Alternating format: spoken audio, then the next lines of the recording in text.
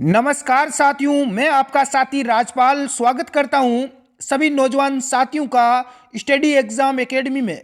मेरे सभी विद्वान साथी क्लास में लाइव जुड़ जाएं। दोस्तों, राजस्थान सीईटी समान पात्रता परीक्षा एग्जाम को फाइट करने के लिए हमारी लगातार क्लास हो रही है। सुबह 8 बजे होती है, इवनिंग में 4 बजे अपनी जो ये क्लास रहती है, और शाम को 8 से 9 बजे तक 9 बजे 1 घंटे की और क्लास होती है। तो तीनों क्लासों को आप अटेंड करें ताकि आपका सिलेक्शन हो सके।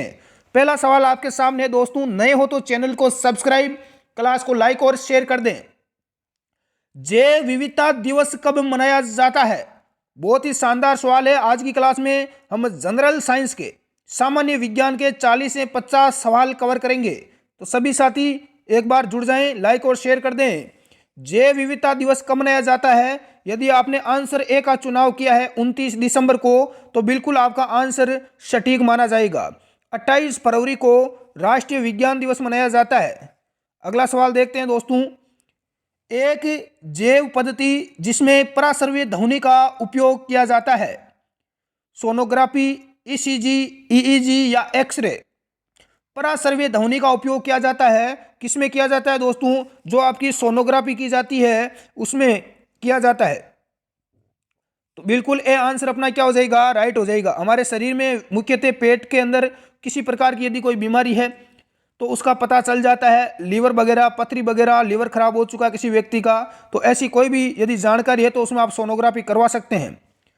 जीवों में आनुवांशिक लक्षण संतान में ले जाए जाते हैं, राइबोसोम द्वारा, क्रोमोसोम द्वारा, प्लाज्मा द्वारा या लाइसोसोम के द्वारा। जो आनुवांशिक लक्षण होते हैं गुणसूत्र के द्वारा, आनुवांशिक लक्षण एक पीढ़ी से दूसरी पीढ़ी में ले जाए जाते हैं। तो राइट आंसर हो जाएगा दोस्तों क्रोमोसोम के द्वारा। बी आंसर जो विद्यार्थी बता रहे हैं सभी का राइट हो जाएगा। डार्विन के जहाज का नाम क्या था? बीगल, फिंच, विक्रांत या इनमें से कोई नहीं।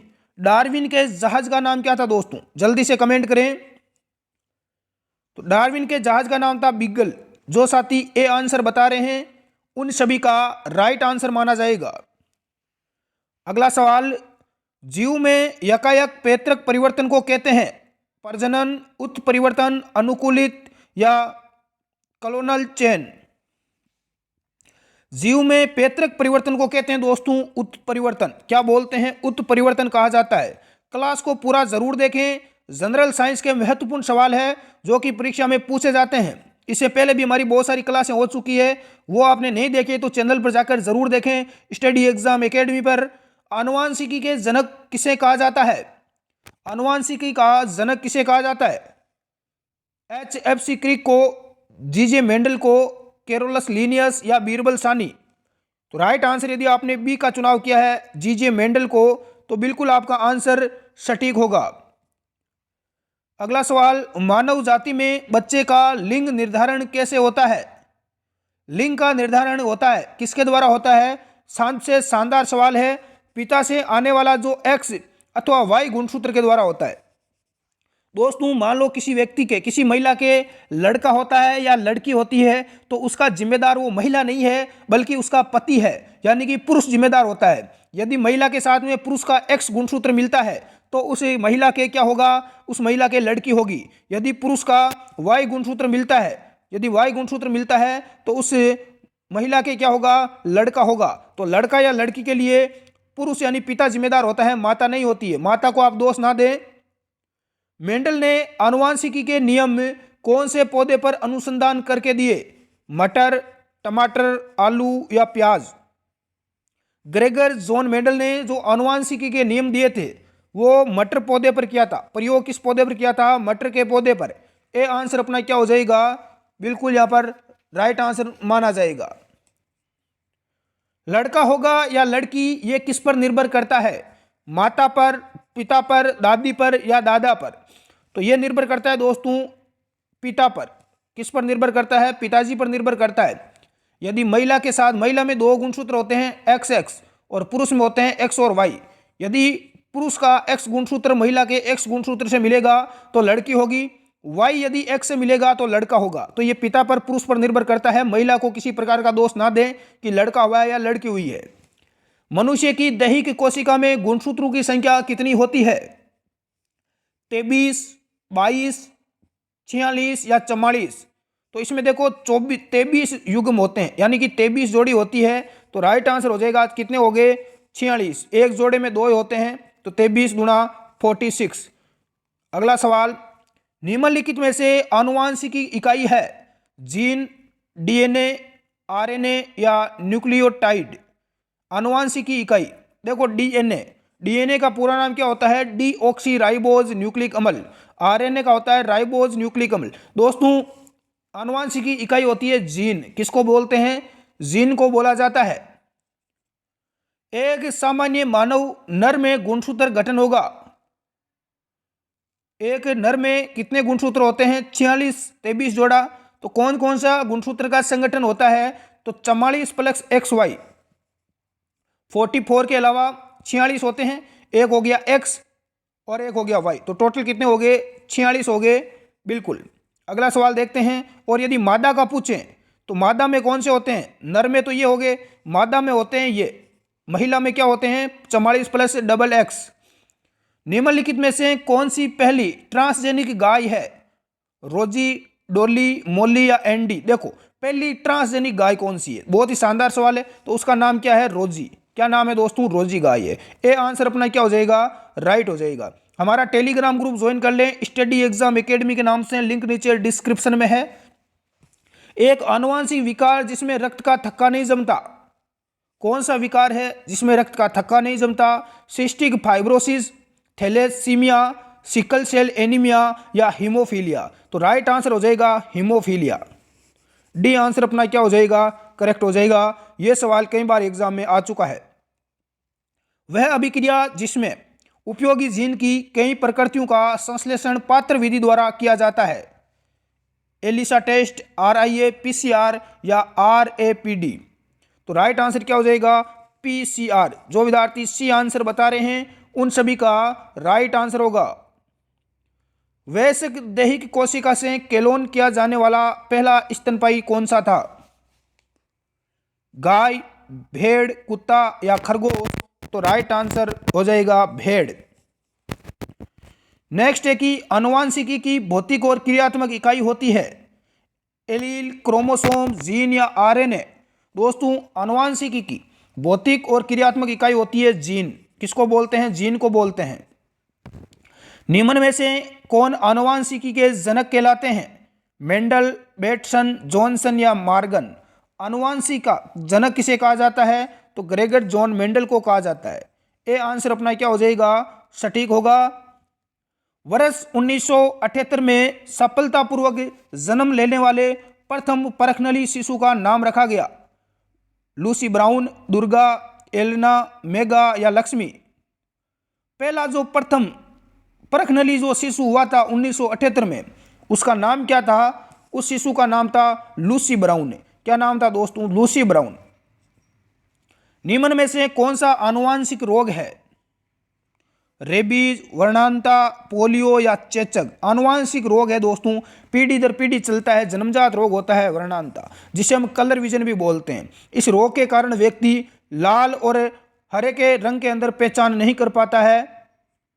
टेस्ट ट्यूब बेबी का अर्थ क्या है?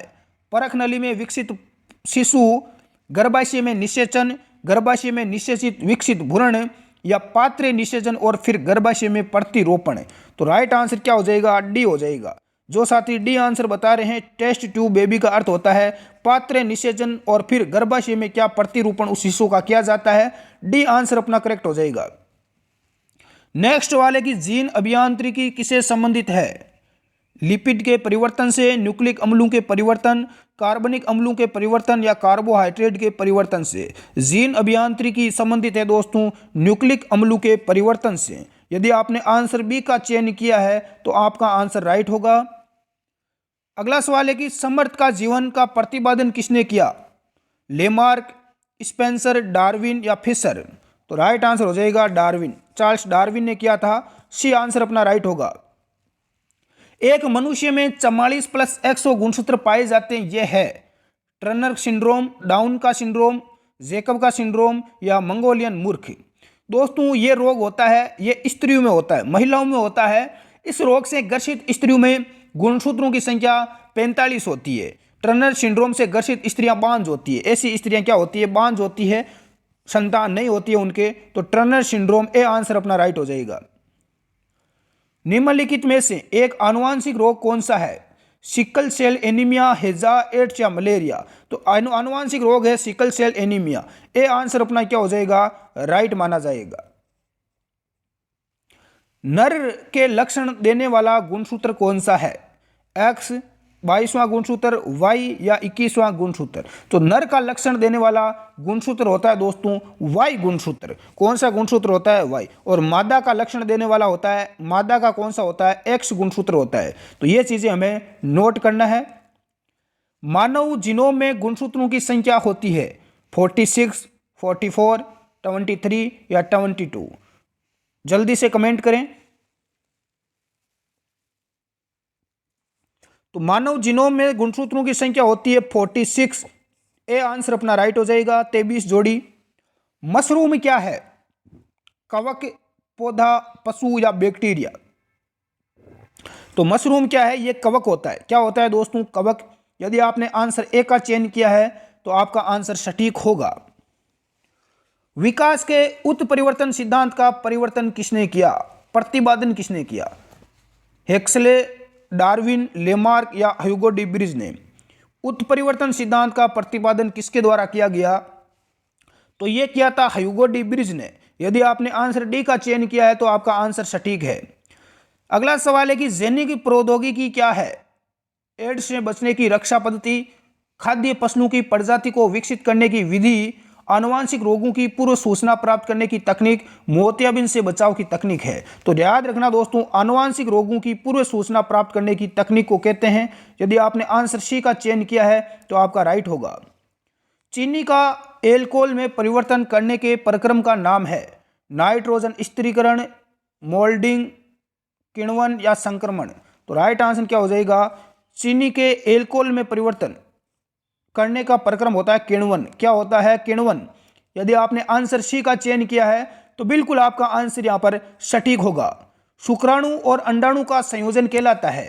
शुक्राणु और अंडाणु, नर के तो क्या होते हैं, शुक्राणु होते हैं, और मादा के होते हैं, महिला के होते हैं अंडाणु। जब ये आपस में मिलते हैं तो इसे क्या बोलते हैं दोस्तों, इसे निषेचन की क्रिया बोलते हैं। क्या बोलते हैं, निषेचन। यदि आपने आंसर डी का चयन किया है तो बिल्कुल आपका आंसर राइट माना जाएगा।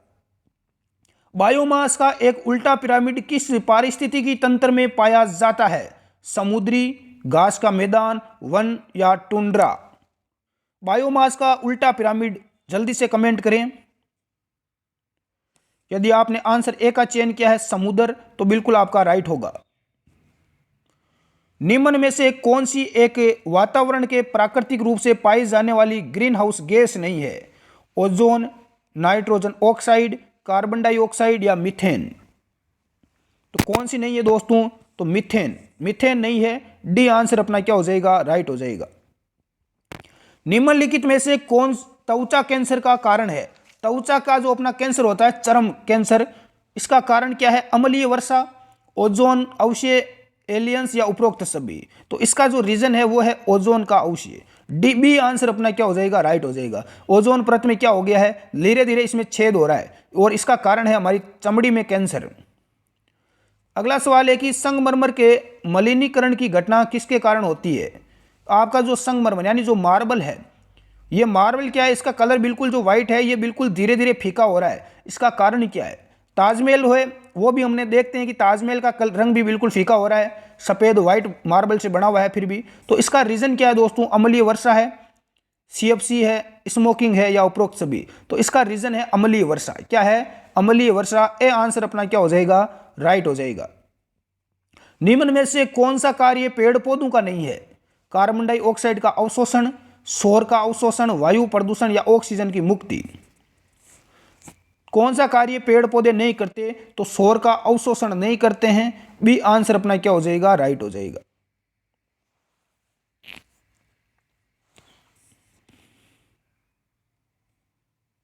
देखो सवाल है कि प्रदूषण का कारण नहीं है, कौन सा कार्य पेड़ पौधों का नहीं है, तो वायु प्रदूषण। पेड़ पौधे क्या करते हैं, वायु प्रदूषण करते हैं क्या, तो बिल्कुल भी वायु प्रदूषण नहीं करते हैं। विश्व ओजोन दिवस कब मनाया जाता है, 16 सितंबर को, 20 अक्टूबर, 21 नवंबर या 12 दिसंबर। विश्व ओजोन दिवस मनाया जाता है 16 सितंबर को। यदि आपने आंसर ए का राइट बिल्कुल आंसर चुनाव किया है तो राइट है अपना आंसर।